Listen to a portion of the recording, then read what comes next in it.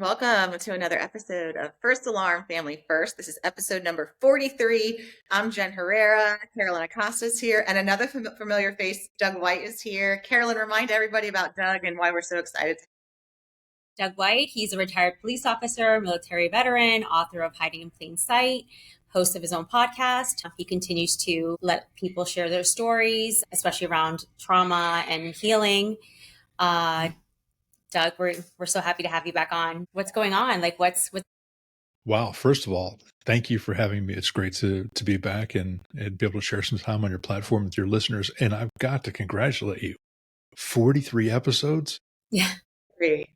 That is incredible. I think since we did our episode and I became aware of what y'all were doing down in South Florida, I think that not a day has gone by that I don't see something that y'all are doing in the community or with your platform supporting folks down in South Florida. It's been incredible. So I'm glad to have gotten a ticket to the dance, as it were, to watch you guys grow and do everything. For me, I don't have 43 episodes yet. So the podcast is going well, getting some good feedback from it. Tell the Story is the name of it. And honestly, I initially started a podcast the day that I launched the book, with the intent to use the podcast to support the book and the book to support the podcast. But it occurred to me, I think 26 or 27 episodes into my own show, that I didn't even mention that I wrote a book. So yeah, no, horrible business plan. Do not. Your marketing team is mad at you, Jen. Yeah. No, well, that's the thing. I'm the marketing team. It's No. awful. We get it. Yeah. So yeah, the growing pains that go along with that, trying to learn, first of all, what is a viral hook? I'm really not sure of what that is to put my videos out, and just kind of just being the dude, kind of feeling his way through. It's working out. I've had people contact me and say, "Oh yeah, bro, I wanted to reach out to you for like a month now, but this guy's so busy, he's not going to answer my call." And I just start laughing. I said, "You know what? It's wonderful that you think I have a platform and that I appear so busy. I have no idea what I'm doing to make it appear that way. I just keep going with it. It's a complete accident." So it's been great.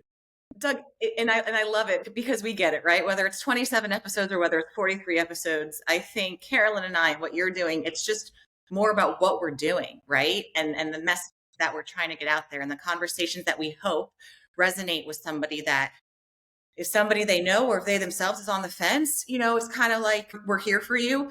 So maybe we don't have a viral hook.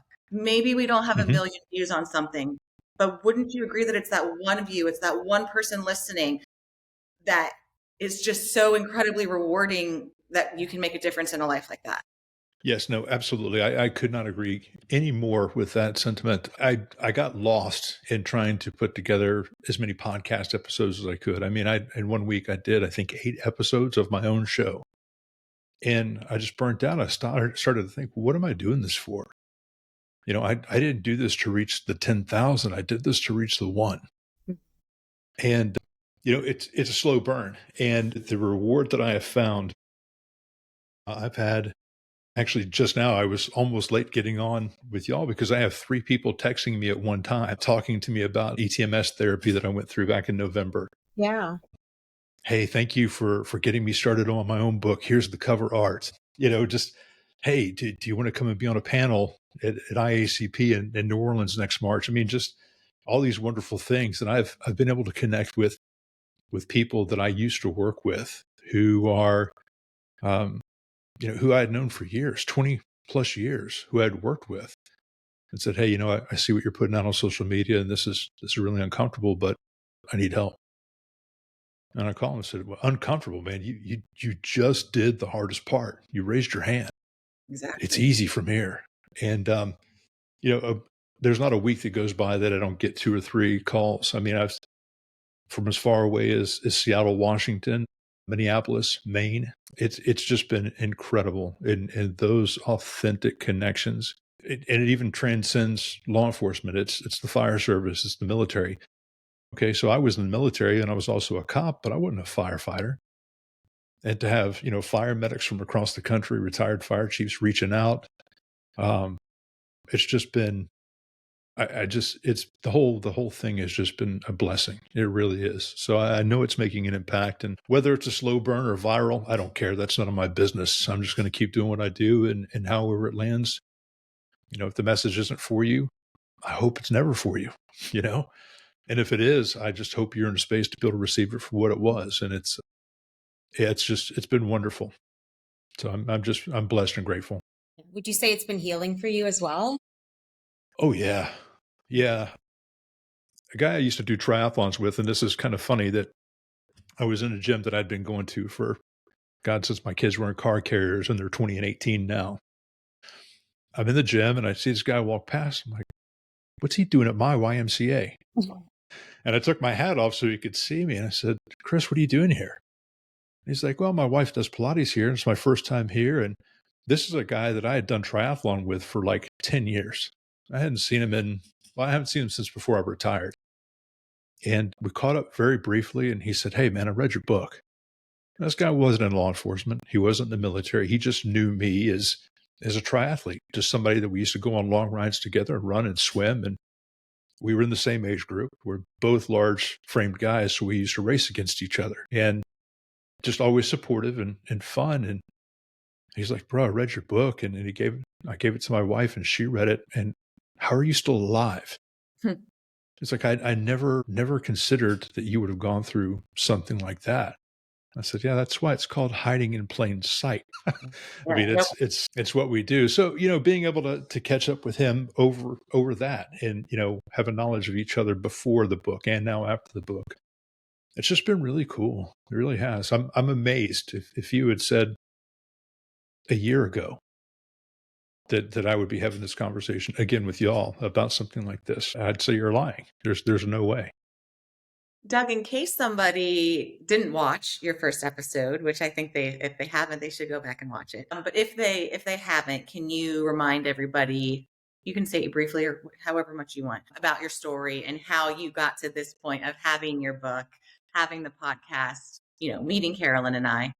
Yes, absolutely. So I was in the Air Force for 14 and a half years, my active reserve time from 93 to 07. During that time, 1998, I went to work for the sheriff's office, Hillsborough County, here in Tampa. Did 25 years to the day with Hillsborough County, but with all of the, I don't even know, it's such a 30 years to try to cram that into a story. I was very active. I never said no to the bosses. I never let an opportunity go by the wayside. I was the guy for every instance. Whatever they needed, I was there, whether it was a leadership role or to supplant, less than desirable leadership or troubled recruits that they needed to remediate. Whatever it was, the more difficult, that was my thing. I was always first at the door, always first on scene. If there was a fight to be had, I was in the fight. Everything I did was wrapped up into what I did. Who I was what I did. I was overinvested and over-identified with my professional roles. And because of that, I allowed my self-worth to be, up to the opinions of other people. So I never really invested into myself. I did what the bosses need when they needed it done and was always the guy. However, I was never the guy in case of family needs you. I was never, break glass in case of dad or break glass in case of husband, because again, I over-identified and over-invested in those roles. And over the years, just the allostatic load of acute and chronic trauma, Hillsborough County is busy. Tampa is a busy area, officer involved shooting, fist fights, missing kids, car crashes. I mean, you name it, all of the things. I was on the bomb squad for 7 years. So, going and dismantling explosive devices for fun, just those things take a toll after a while. And I promoted to lieutenant and was assigned to the night shift in a very busy district. I had a fantastic platoon, fantastic leadership. And were it not for the people assigned to my platoon and to the sergeants and corporals that were working for me, I would not have lasted as long as I did. But on October 19th of 2019, after 6 months of sleeping about an hour and a half to 2 hours a day, experiencing 4 and 5 anxiety and panic attacks weekly, migraines, nightmares, would visit me, vivid nightmares, 4, 5, 6 nights a week, to the point that when I was finally exhausted and wanted to go to sleep, I didn't want to go to sleep because I felt like I'd pick up in the nightmare where I woke up. So at one point, being hopeless and everything else, October 19th, I sat in a parking lot behind a closed school about 3 o'clock in the morning, and I was staring at an orange traffic cone. And just staring blankly at this, thinking to myself, I don't know how I got here. I don't know how to get back. And, you asked me this, I think my episode together was back in November timeframe. And now that I've sat with this part of the story more, I see it more for what it is. I think I would briefly talk about it. I realized that I had drawn my pistol from its holster. What I didn't tell you is that while I was staring at this traffic cone, I pulled my gun from my holster and was actually staring down the barrel, looking for I don't know if I should call it strength, but I didn't want to die. I didn't know how to live. Everything was dark. Yeah. And there was no escaping it. Mm-hmm. And this thought scared me because, like many first responders, I'd been to dozens and dozens of scenes where people have died by suicide. And, by every manner and mechanism, I understood the act of, but I never until that moment understood where somebody may have been before they made that decision. And it scared me. Yeah. And I went home 3 hours later, and I found my wife, Michelle. She was already awake on a Sunday morning, 6 a.m. on a Sunday. And at the time, she was a distance runner. There were no races planned or no training on the schedule, so there's no reason for her to be awake. And she had been crying. And I walked into the bedroom, and she was sitting up in bed, and she asked if we could talk. And what she didn't know is 3 hours earlier, I was staring down the barrel of my pistol, and for the previous 6 months, I had convinced myself that I was unlovable. I was not worthy of her or our children or the life I was living or any of that stuff. I just knew that the next conversation we had that started with, "Can we talk?" was going to be her saying, "I'm leaving you and taking the kids." And, my only reasons for breathing were about to walk out the door. And she asked a simple question: "Would you go to marriage counseling with me?" And that was it. This thing, I don't want to get religious about this, but I am very spiritual. And I believe that when you are ready for the message, God sends a messenger. And that's exactly what that was. It was the very beginning of a new chapter. It was the first time where I realized that I was worthy of being saved, that I could be saved. And we went to counseling, and over the last nearly 6 years since that moment, I have read everything that I can get my hands on. I started journaling, which led to my book, Hiding in Plain Sight, because I had to get it all out of me. I had to, one, see what I was saying about myself, Right. and then try to figure out, why am I saying these things about myself? And, that journal was 77,000 words. And it is very different than the 204 pages that you'll find in Hiding in Plain Sight. It is the lessons I learned from journaling. And I know there's going to be another book for the lessons that I've learned over the last year. So yeah, I think I've monologued enough, and I over-answered your question, but Okay. I mean, that's really it. Do you find it easier to tell your story now, or is it still like heavy for you? I don't know that it's ever going to get lighter. It's easier because the context changed with the way that people ask the question. So yeah, I find myself thinking about it sometimes. Like, I've been asked to speak at Project Lifesaver, their annual conference, in 3 weeks from now. Well, mid-August, here in Orlando. And I have no idea what I'm going to talk about yet. I'm going to be closing out day 2 of day 4 at the Wounded Blue in Vegas. They're flying me out there and putting me up in a hotel for a week. And I have a vague idea of what I'm going to talk about for an hour in a room full of 200 cops and law enforcement leaders. Just had a text say, "Hey, do you want to be on a panel with the International Association of Chiefs of Police?" I'm like, "Yeah, dude, who am I?" Yeah. So, I was talking to a buddy of mine who lives down near y'all. His name's John Kelly, the law enforcement life coach. John's a great guy. he has adopted me as his little brother, and I'm so grateful for that. But we had a conversation a couple of weeks ago, and he said, brother, I said, writing your book. He says, it's a good book. And, it took a lot to write that. And he goes, but that's not vulnerability. I said, well, what do you mean? And he says, true vulnerability is being naked on stage. When you wrote your book, 200 people were staring at you as you wrote your book. And you didn't have to think to yourself, what are people thinking as I write this or as I say this? He said, but when you get up on stage and you tell your story the way that only you can tell it, they're going to be reacting to what it is that you're saying. And he says, there's going to be emotion. And he says, you're going to have to learn how to sit with that on your own. He says, you'll get the catch in your voice. You will tear up. You're going to have to pause and let people sit with you in that moment. And he says, then you'll understand what I'm talking about. And I think about that, and even I find myself getting worked up, even just giving you an explanation that I know that when I get on stage and start talking about this, I think it will get easier to say the words, but I don't know that the weight of what I'm saying or what it is that I'm trying to accomplish with my story is ever going to get lighter. I don't know that happens. So I can't imagine with a story like yours that it can get lighter, right? And I'm thinking you said it, like you remembering certain moments, right, later, or certain things coming back to you, a certain detail. So no, that it's going to be a challenge for sure to get up in front of people. But I don't think there's anything more powerful than watching somebody in person share their story, right? It's kind of like social media. We can hide behind social media, right? We can say whatever we want. We can say things certain ways. Positive, negative, it doesn't matter. But with that face-to-face and seeing someone's physical reaction to sharing their story, it's going to be powerful. It's going to be emotional. I think any event that has you is lucky to have you. And please know that, Carolyn, thank you. we throw your name around all the time. We're like, you guys need Doug. We do.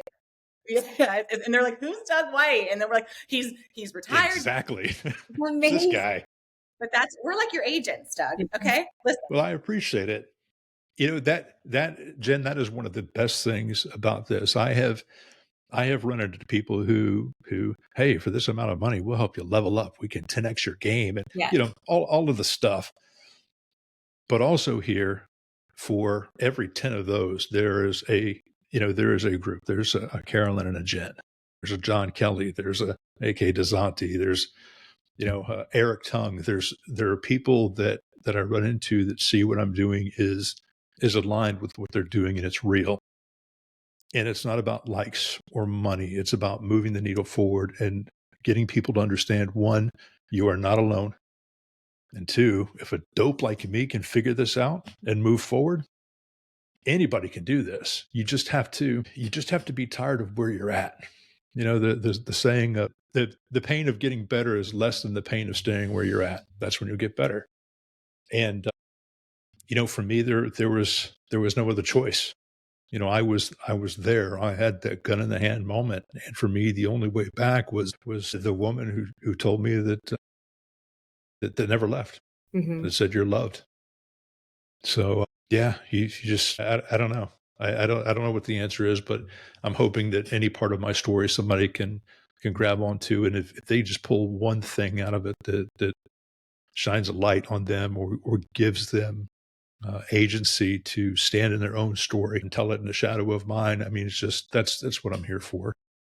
So it's not the fame or fortune, it's to make connections like this and talk to real people to let them know that there is a way forward.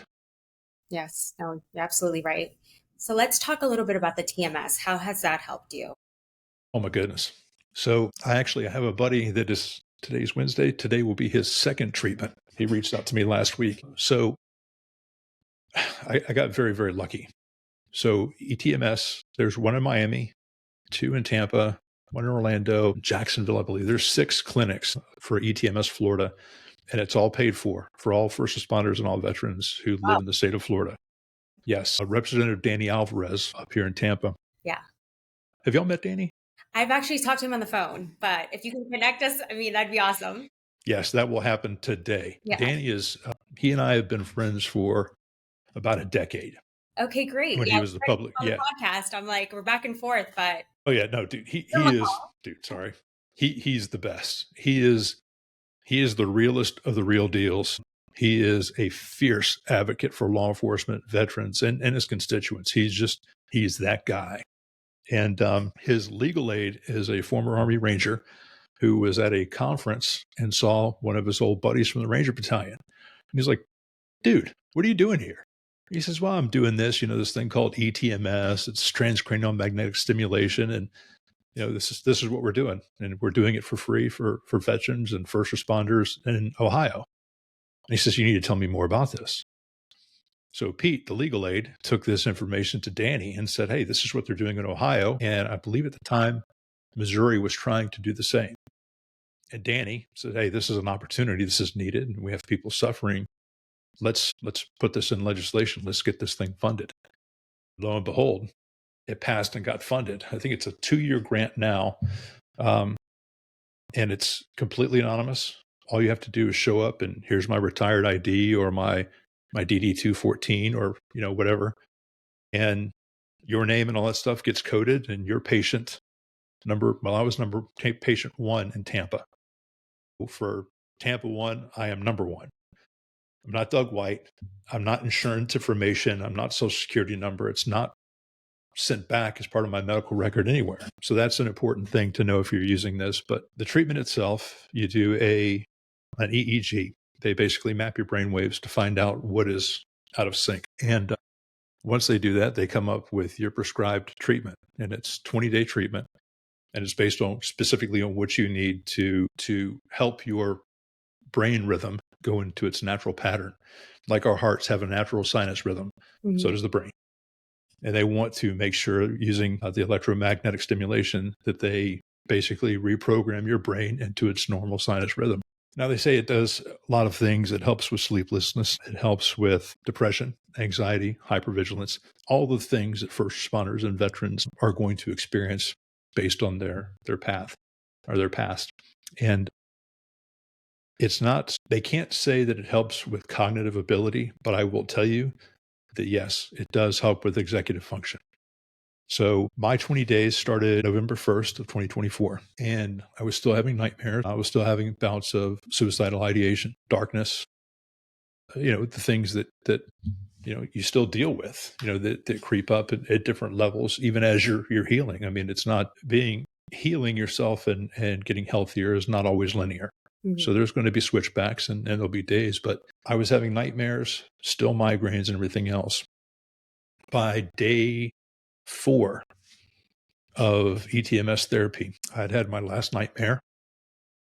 Since I have not had a migraine since. My sleep scores went from the 20s and 30s on my Garmin to 70s and 80s. My dreams were vivid, childlike dreams, happy. I mean, like, hey, somebody's cooking an apple pie. You can smell the apple pie in your dream. That was just as you're supposed to, my REM sleep, everything. And of course, when you're sleeping, all the other, physiological things and neurological things start to increase. So yeah, ETMS, if you are interested in it, you're a veteran or a first responder in Florida, go to etmsflorida.com, check them out. They can get you in. I was lucky enough, a buddy of mine contacted me last Thursday night, and I said, hey, I'll see if I can't put you into touch with somebody tomorrow. And I said, you know what? They don't have any professional boundaries. Let me reach out to my guy tonight. He was in the next morning getting his day 1 EEG. So they will move heaven and earth to get you in there. They're great, and it works. I mean, that's incredible. 4 days or 4 treatments, right? 4 Yes. days. 4 days. Yeah, and it got better every time. It's a 15-minute session. There's an electromagnet magnet that's placed on your forehead. Your prescribed number of pulses at the frequency of the pulses for your EEG. That's what you get. And actually, it's pretty soothing. It's painless. It's non-invasive. There's no medication involved or anything. And yeah, it's like your brain is on a treadmill for 15 minutes in a full sprint. So they offer you a snack when you leave. And if you don't eat the snack, you will crash at about 2 p.m. and take a wonderful nap. I mean, it wears you out, but it works and it's free. Are there, I don't know how else to put this, like refreshers? Like, do you have to go back at any point for more? I'm glad you asked that. You talk therapy? Like, how does that work? Well, of course, there's 800,000 cops working, 1 million firefighters, and like 16 million vets. So there are 16 million different combinations of what's going to work for a specific person. Mm-hmm. But the ETMS, it is effective. Goodness, I don't want to give the number because it'll probably be low, but the majority of people that go through it, it is effective. It helps with the sleeplessness, the hypervigilance, depression, and anxiety. And of course, once you're sleeping, all those other things kind of take a backseat anyway. So over the course of a year, once you have the treatment, you've finished all 20 treatments, they do an EEG on day 1, day 10, and day 20. So they track everything. You could see it. It's not anecdotal. You can actually see your brain waves. And what they want to do is take everything but the alpha and put it basically to sleep, because those are your sleep waves. The alpha, those are the executive function waves, which should be really firing when you're awake. And when they read my EEG on day 1, the doctor called me and she said, okay, so you've been hit in the head a lot. I was like, well, no, car crashes, open field tackles on bad guys, gunfire, a lot of blast over pressure. So it's like, yeah, do you have any concussions? Not that I remember. Right. No. Not that I went to go see the doctor about anyway.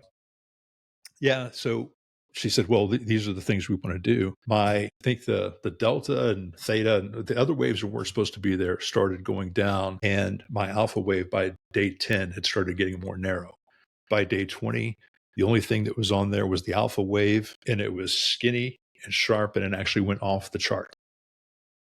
And so to answer your question, yes, and within a year, you can go back and get refreshers. And it's all free. It's still covered under the stuff, under the initial treatment. So if you would want to tune up, or you feel like it's slipping, or you can make it better, yeah, go get a little top off.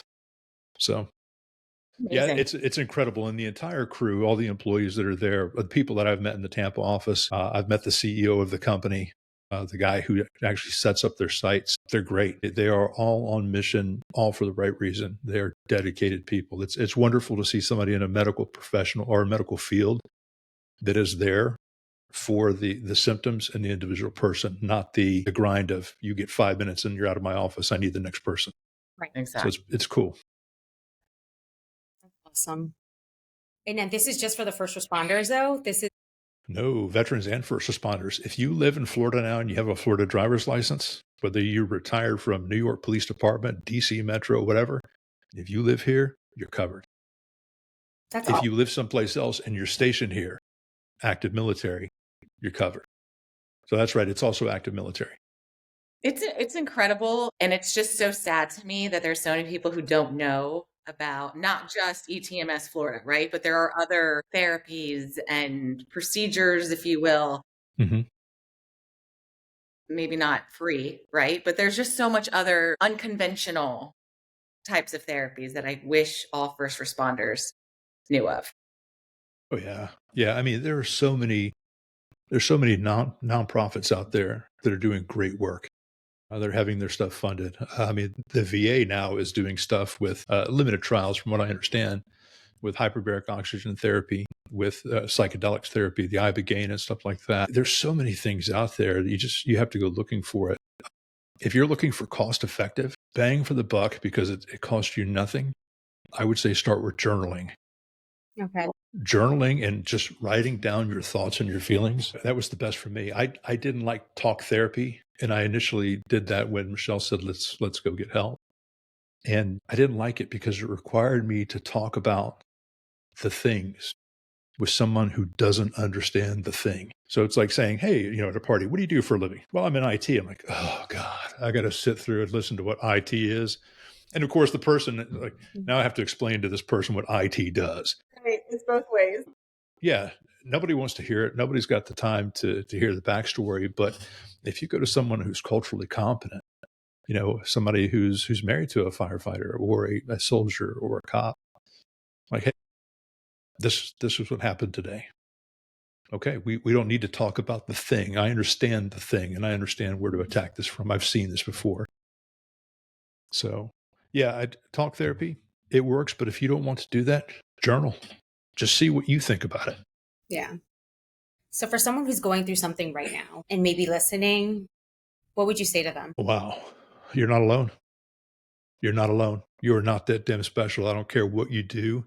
I don't care how many of those things you've been to or how few of those things you've been to. You're not that damn special. You are experiencing the normal human response to abnormal situations. And there's no barrier to entry to get help except raising your hand and saying, I want help. That's it. That's it. You wouldn't break your leg and continue to walk on it. You'd go get it x-rayed, check it out, get a cast, do what the doctor tells you. This is no different. You don't have to prove that. Well, actually, you don't have to prove that you're having a problem. You just have to say, I'm having a problem. You're supposed to. So that would be my thing.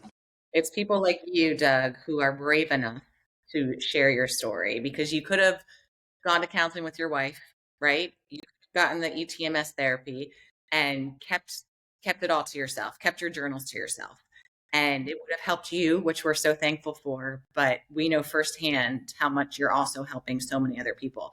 So thank you for that. Will you remind everybody about your podcast? It's going to blow up after this, and where to get your book.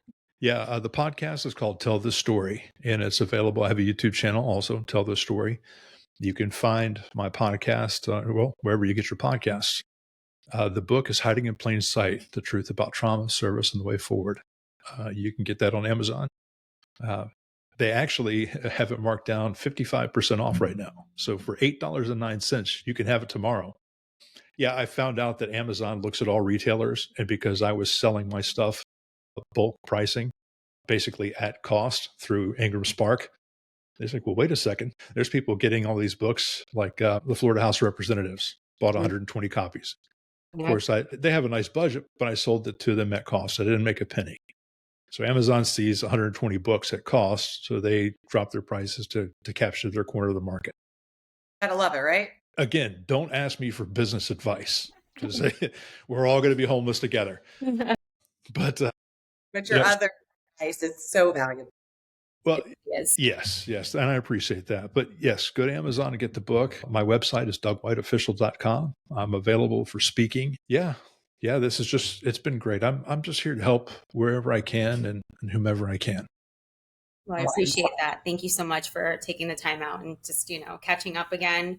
We love hearing from you. We're always talking about you, and every opportunity we get, we're like, oh my gosh, this guy's amazing. So I appreciate that. I'm sorry I didn't get to make it down south. I would have loved to have been there to see y'all in person. And there was a couple other folks down there that I wanted to meet, but who knows? Maybe we'll get down there next year. I have a feeling we're going to make it happen eventually at some point.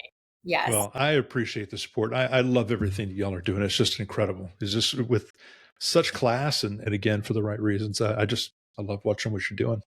Thank you, Doug. And I think I'm on board with this when we remind everybody who's watching that if you see something, to sound the alarm. Save a life. Absolutely. Take care. Bye-bye. Bye.